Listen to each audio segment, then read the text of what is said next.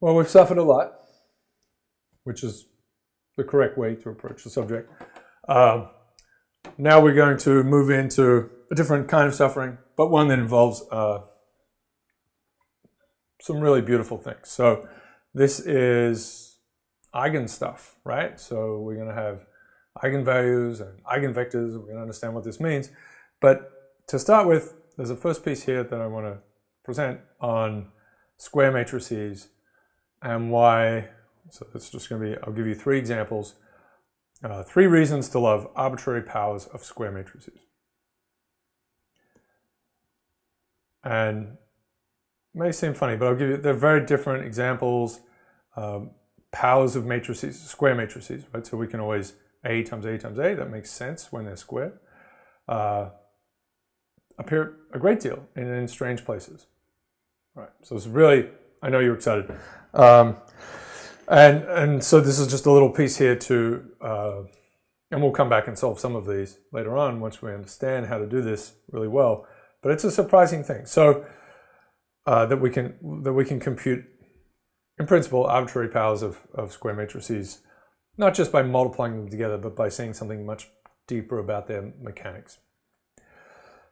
Okay, so so far we've been thinking about AX equals B, right? Amongst like this equation, they keep pushing it. What we're about to do will help with it, of course, because that's the plan.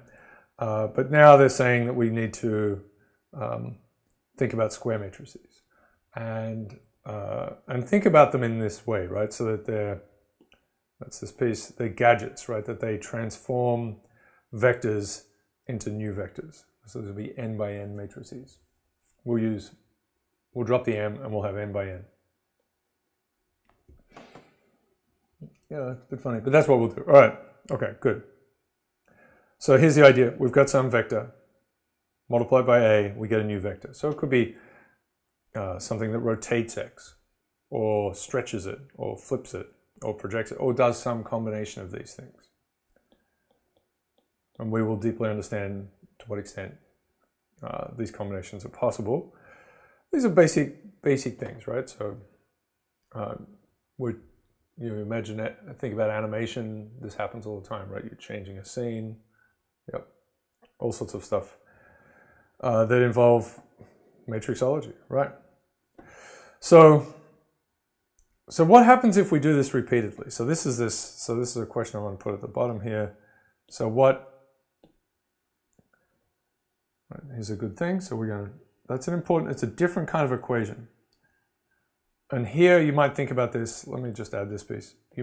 I'll just say it like this. We know x, we know a, and we figure out what x prime is. Right? But it's just a product, so we can do it. So here's a big question. What happens if we use a to repeatedly transform a vector? All right, so we take a vector, we multiply by a, we keep doing it. So if it's rotation by some angle, then we'll rotate again. Makes sense? But there are much more complicated things. So the setup might be something like this. We're going to have some x naught, some initial one. x1 then will be a times x naught, x2 is a times x1, so on and so on. xk is a times xk minus 1. And so if you follow that through, k applications of a times a times a times x0 will give you xk. So this is a power, right? The kth, right? This is the kth power of a. And that's fine, as I said, because these are square matrices. That's completely fine. A times a times a. So yeah. So here's the problem. Mindless multiplication of many matrices. A couple of drawbacks. One is it's computationally not very great, right? So you've got a lot of we've got n squared inner products, and each one of those has n little products inside it that we have to add up. So that's a lot. That can slow things down. So they're computationally expensive, and doesn't give us any understanding about how a behaves, right? So that's the piece that we're hoping for, is that maybe there is something deeper in this. if we have 2 times 2 times 2, we understand that's growing exponentially. We can write it as 2 to the k as e to the k log 2. Like we can see the exponential. We can put it back in the, we can put in the framework of exponentials in general, but matrices, right? So more complicated. So the monks are telling us we have to understand Eigen things, which are a big deal. Big deal. Big deal in this course, big deal in many, many fields. Eigen things. Huge. This is vast and wonderful. I'll just write those 2 words. Really fantastic. Okay, so we're going to get to that. First, we want to understand these. I'll present 3 examples of a to the power of n. Okay, so it's some motivation. There are other reasons to get to what I'm calling eigen things, which again are eigenvalues, eigenvectors, eigenspaces, but powers of matrices are kind of nice, right? So 3 examples. So the first one is someone who's texting.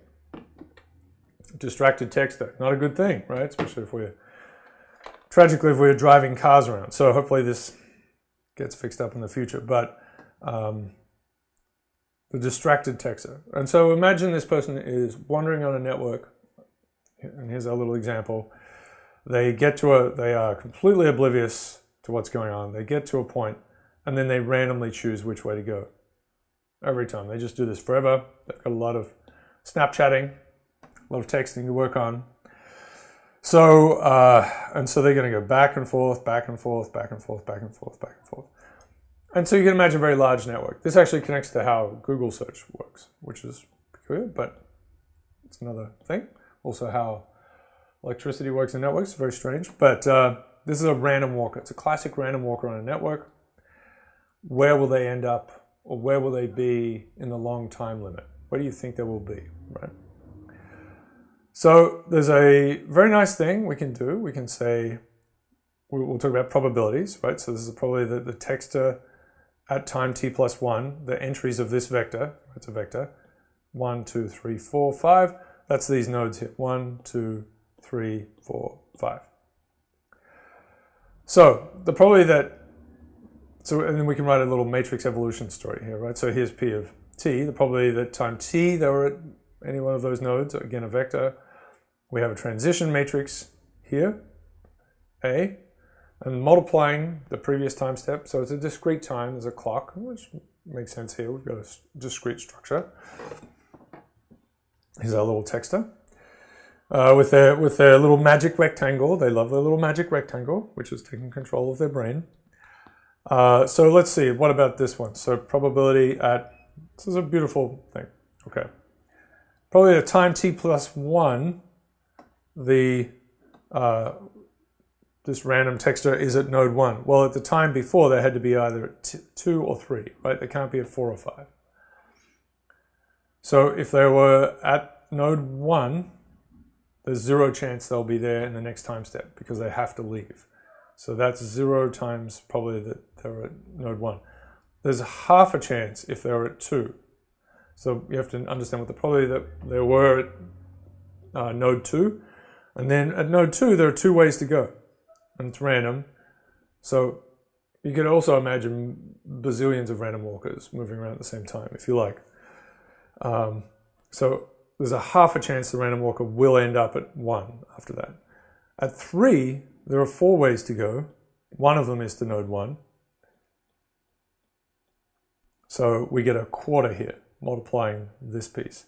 And then there's no chance, if they're at 4 or 5, that they get to node 1 in the next time step. It's going to take at least 2 hops. So that's a similar argument as you go through all of this, right? These transition things, columns must sum to 1, because if we sum this matrix, if we sum this vector up, we have to get 1, right? The walker has to be somewhere. And summing a vector is the same as multiplying by 1, 1, 1, 1. And so if we did that over here, we'd sum all of these up. And we must get 1s here because this must sum to 1s as well. Right. other ways to say it. So this is a little transition matrix. So now we have this matrix, and we want to just keep applying it, right? So the text at time 0 could definitely be at one of them. We could say, with probability 1, the texter was at node 1. So we start with the vector 1, 0, 0, 0, 0. It turns out it won't matter what we start with in this case, because the texter is going to visit every spot.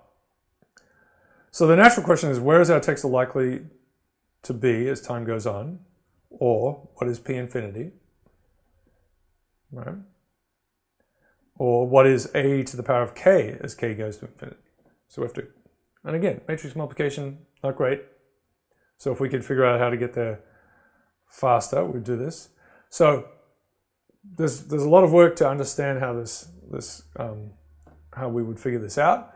But the monks whisper, they keep saying 2, 2, 4, 1. So in fact, if we take that a and multiply 2, 2, 4, 1 with it, then we get the same thing back. Unchanged, right? So there's no change. So what we'll see eventually is that every other kind of balance of probabilities will kind of slowly evaporate. One way to think of it. And this is the dominant one. Eventually, and because it needs to be a probability, this is normalization.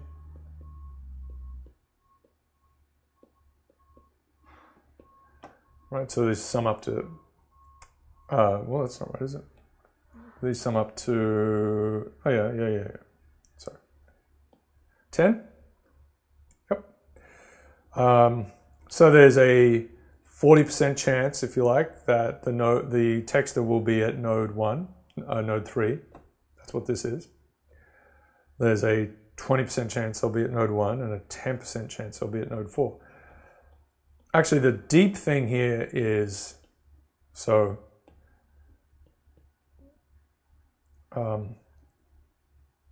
great result is the probability, right? So the P of, how do I write it? P of t, comma I, right? So the probability of node, well, we'll put infinity. Okay, so probability of time infinity being I is proportional to the degree. So degree means to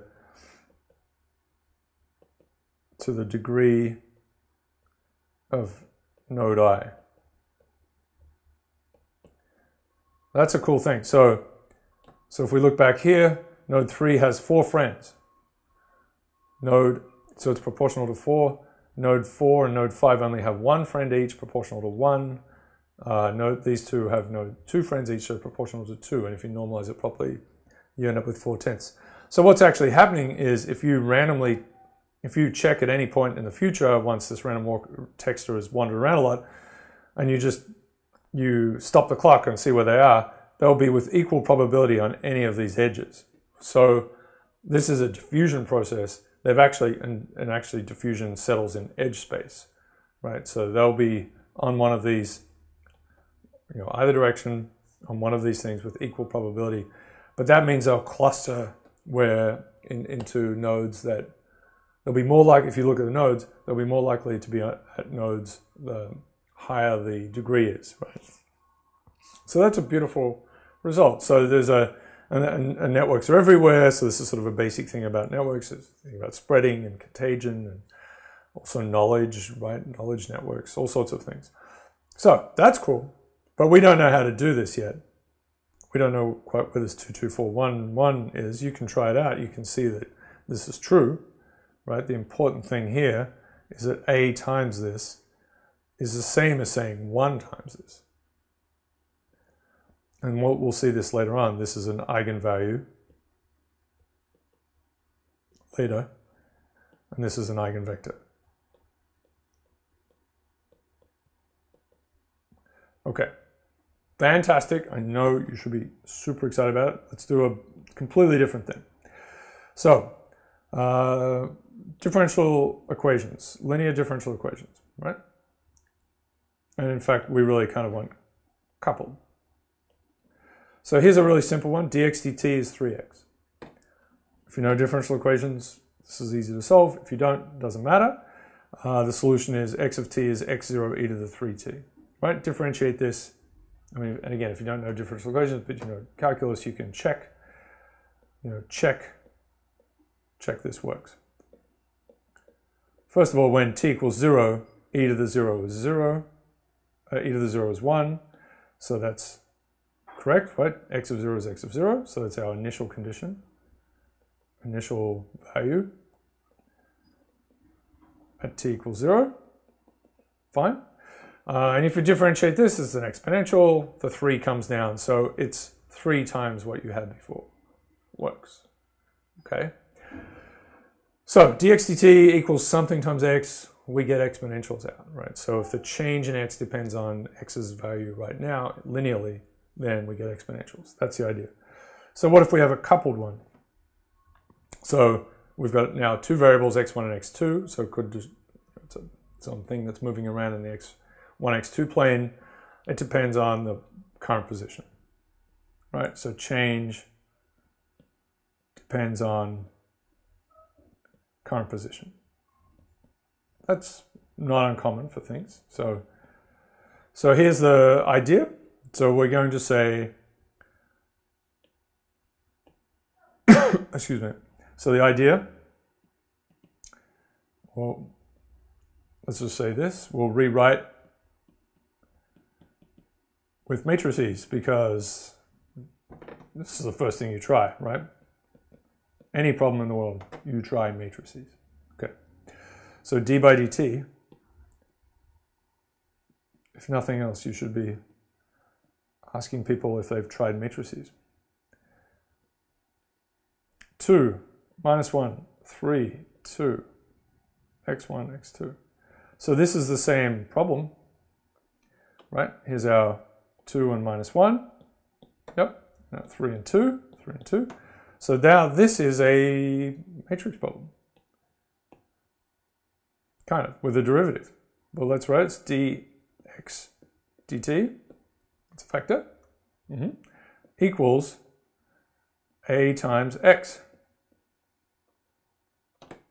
That's very nice. So it's a generalized version of this simple one with 3 up here, right? Okay, so that's pretty cool. And it turns out that solution, and again, we're just sort of, I'm giving examples, is of the form, this is very nice, it's going to look like the other one. We have to be a little careful with some of it, but x of t, right, so this is some function of t, is e to the a t, I can see you smiling, makes sense, x of 0. So say in this case, it's 2 by 2s. This is a 2 by 1. This is a 2 by 1. This is the initial condition. And this is a 2 by 2. There's a 2 by 2. What? Really? So it's true. You can exponentiate matrices. Yes. Pretty great, right?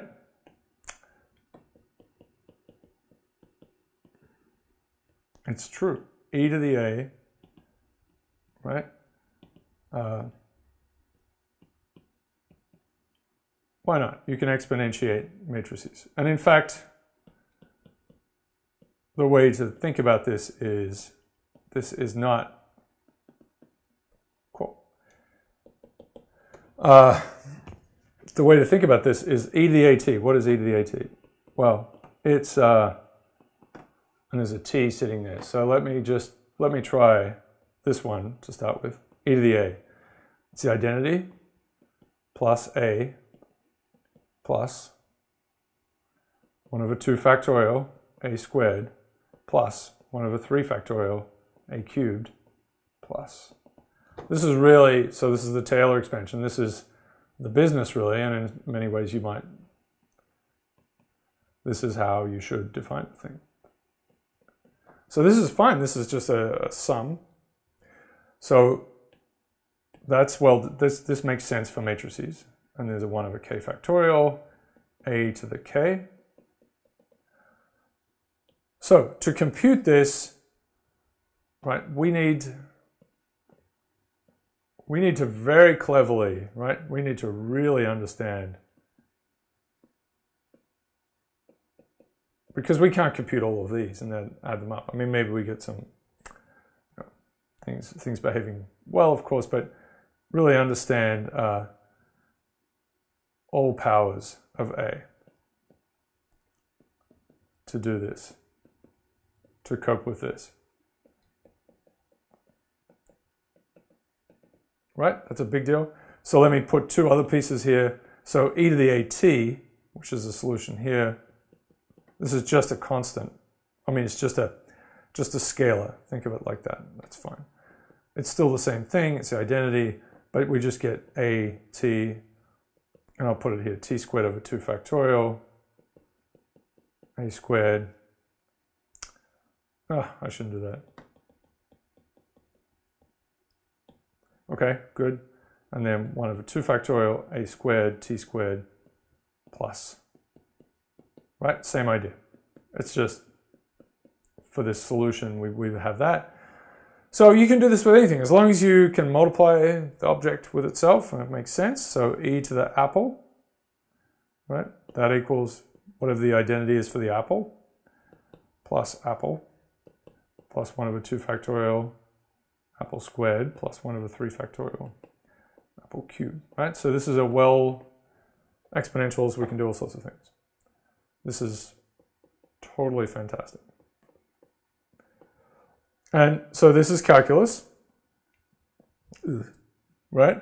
But we've turned it into a linear algebra saves the day, yeah? Right. This is, I mean, it's just a beautiful example of continuum and continuous and discrete math working together.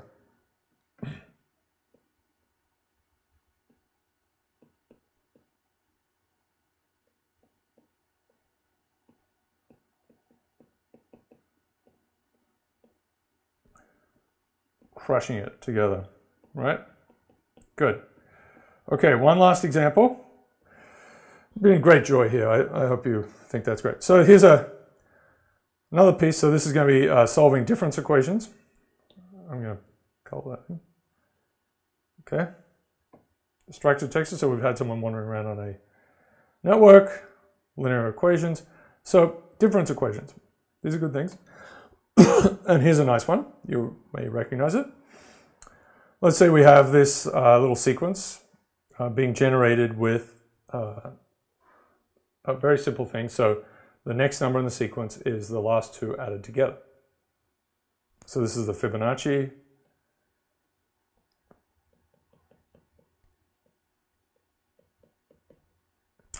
The Fibonacci series, a sequence. Very famous.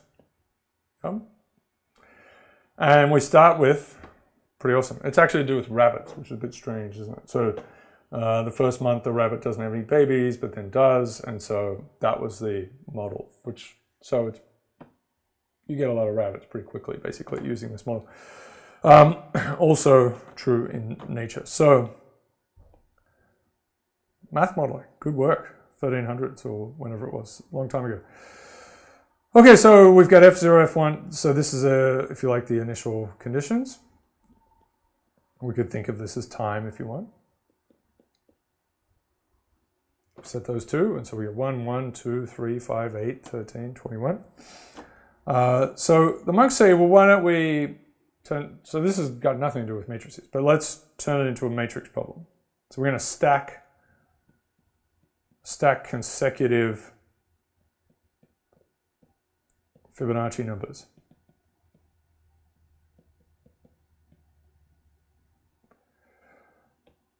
So you should think about how you might do this. So this is how you might turn this into a thing that ends up with a to the n. I'm going to write it down, but if you want, you can stop and think about it.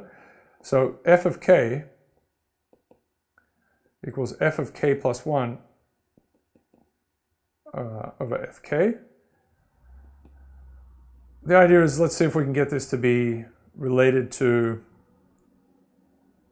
the previous consecutive pairs, or the overlapping piece, right? So this will be f of k minus 1.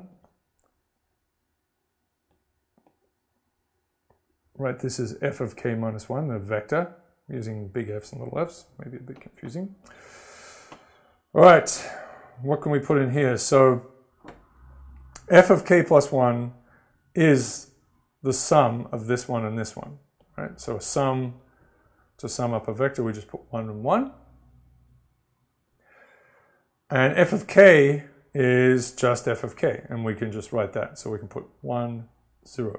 So this little matrix is pretty fantastic. Surprisingly, just an unbelievable matrix. Doesn't seem like much, but this is full of goodness, and we will get into it later on. So there's this, and so we would keep going, right? So this would be equal to 1, 1, 1, 0 squared, and now I'm just going to put f of k minus 2, like that. And we go down to all the way down to f of 0. So if you think about that, it would be this to the power of k. Our initial condition. So if we know, so we can compute. This is a famous problem to work with in linear algebra. It's great. Yeah, my final exam in college, I think, it was a 3-hour exam, and at least 90 minutes, it was just 4 questions, but at least 90 minutes was devoted to one thing, and it was this matrix. So we can compute. They keep talking about diagonalization, the chanting, chanting. I mean, I'm sure you can hear it. It's beautiful, but I'm not sure what's going on. So we can compute. In fact, I guess I want to put. So if we can. So we can compute 1, 1, 1, 0 to the power of k, right? Right, for all k, in a beautiful way, in a clever way. If we can get a formula, we'll have a formula for the Fibonacci numbers, which is pretty great. It's a famous formula. It can be arrived at in different ways, but obviously this is the best way. But it was sort of a clever thing to do, right? So you should be able to see that many different equations, you could probably turn them into some sort of matrix problem, right? If we depended on the last 3 numbers, fk plus 3 is the sum of the 3 before, then we could construct that as well, and we'd have a 3 by 3 matrix that we're looking for the power of that. So this is, okay, this is all later. And, okay, so upshot here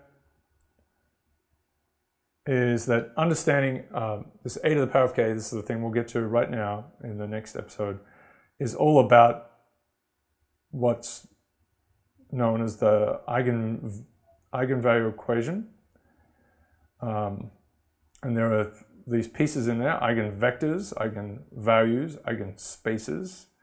There are eigenfunctions in other fields, right? It's all of our other fields, such as quantum has these things. Many, many other fields have this eigen business.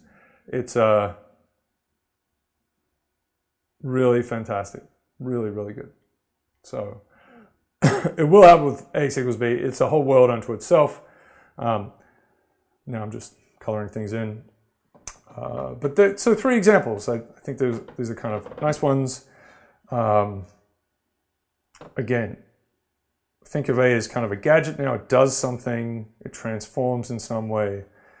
Here it shows us how our texter moves around the network.